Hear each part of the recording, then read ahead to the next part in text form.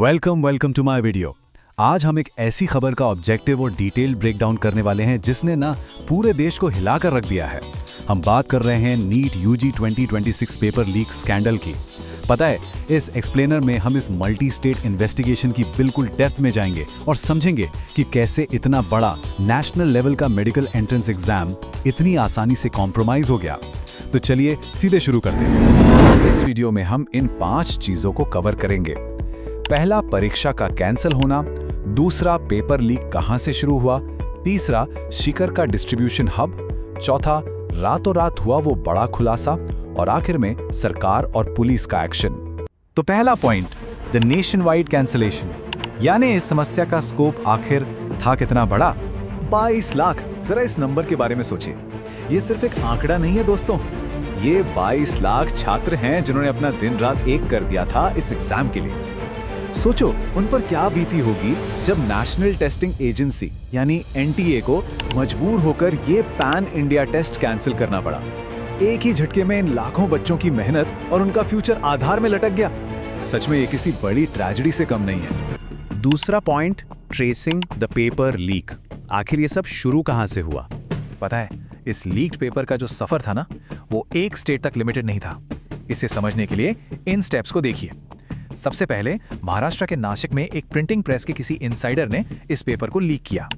वहां से ये पेपर पहुंचता है राजस्थान के जयपुर, जहां 2 मास्टरमाइंड्स बैठे थे। फिर जयपुर से ये सीधा गया हरियाणा के गुरुग्राम, जहां एक डॉक्टर ने मिडलमैन का काम किया। और आखिर में ये कॉपी घूम घूम कर राजस्थान के सीकर में कंसल्टेंसी तक पहुंची। देख रहे हैं आप, ये पूरा का पूरा वेल ऑर्गेनाइज इंटरस्टेट नेटवर्क था।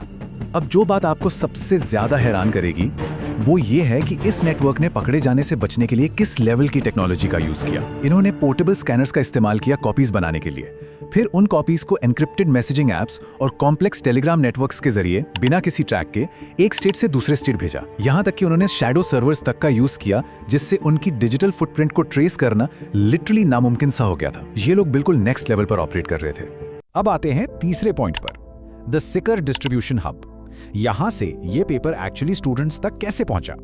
सीकर की एक कंसल्टेंसी में एक बड़ा ही सिंपल पर उतना ही डेंजरस तरीका अपनाया गया।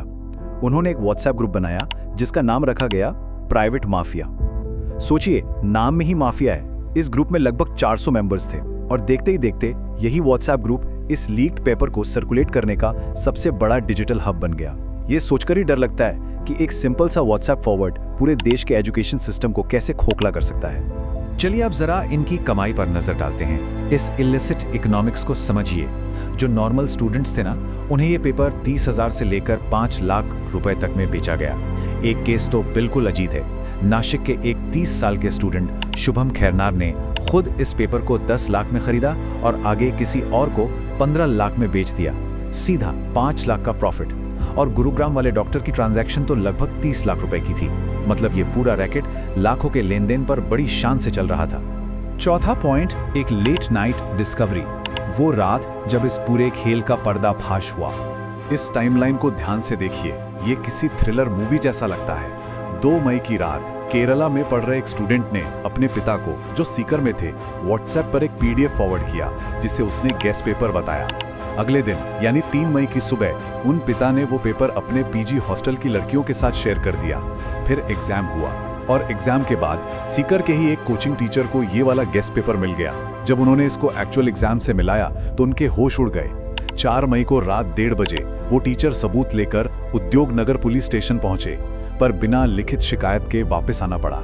पर वो रुके नहीं। 7 मई को उन्होंने सीधे एनटीए को ईमेल ठोक दिया, जिसका नतीजा ये हुआ कि 11 मई को आखिरकार एग्जाम ऑफिशियली कैंसिल कर दिया गया। अब आप सोच रहे होंगे, आखिर उस टीचर को ऐसा क्या दिख गया? जरा इस कंपैरिजन को देखिए। उस गेस्ट पेपर में बायोलॉजी के 90 क्वेश्चंस और केमिस्ट्री के 45 क्वेश्चंस एक्चुअल एग्जाम पेपर से एग्जैक्ट मैच कर रहे थे। एग्जैक्ट मतलब पंक्चुएशन मार्क्स तक सेम थे। अगर मार्क्स में कैलकुलेट करें तो 720 में से 600 मार्क्स का पेपर बिल्कुल वही था। ये इतना सॉलिड प्रूफ था जिसे कोई जुटला ही नहीं सकता था। मैं फोरेंसिक इन्वेस्टिगेशन के लिए अपना मोबाइल जमा करने को तैयार हूं और मेरे पास पूरा सबूत है। ये शब्द हैं उस विसल ब्लोअर टीचर के। पता है, जब पुलिस स्टेशन से उन्हें वापस आना पड़ा तो उन्होंने हार नहीं मानी। उन्होंने एनटीए को लगभग 7 पेज का एक बड़ा सा पीडीएफ भेज दिया। सच में ये उस टीचर की बहादुरी थी जिसने इस पूरे महाघोटाले को दुनिया के सामने लाकर रख दिया। और अब आते हैं हमारे आखिरी पॉइंट पर, गवर्नमेंट एंड पुलिस एक्शन। इस सब के बाद क्या स्टेप्स लिए गए? खुलासा होने के बाद सब कुछ बहुत तेजी से हुआ। सबसे पहले एनटीए ने अपनी इंटरनल जांच शुरू की और पाया कि कंप्लेंट बिल्कुल सच है। उन्होंने बिना देरी किए इंटेलिजेंस ब्यूरो यानी आईबी को अलर्ट किया। आईबी ने तुरंत ये इन्फॉर्मेशन राजस्थान की स्पेशल ऑपरेशंस ग्रुप यानी एसओजी को पास की, जिन्होंने इनिशियल इन्वेस्टिगेशन की।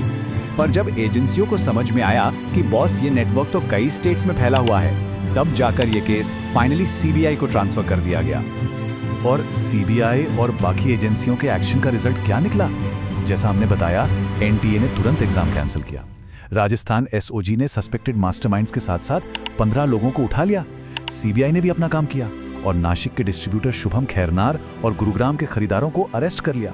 एक इंटरेस्टिंग फैक्ट बताऊं, शुभम जैसे कुछ आरोपियों ने पकड़े जाने से बचने के लिए अपने बाल तक कटवा लिए थे, पूरा लुक चेंज कर लिया था।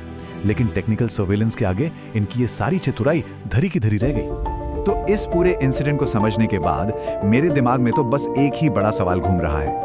जैसे जैसे हमारे ये स्टैंडर्डाइज्ड टेस्ट इस हाईली कनेक्टेड डिजिटल एज में शिफ्ट हो रहे हैं, क्या कभी भी कोई सेंट्रलाइज्ड टेस्टिंग सिस्टम ऐसे हाईली ऑर्गेनाइज्ड और टेक सेवी माफिया नेटवर्क्स के खिलाफ सच में 100% फूल प्रूफ हो पाएगा? सोचिएगा जरूर। इस एक्सप्लेनर को देखने के लिए बहुत बहुत शुक्रिया।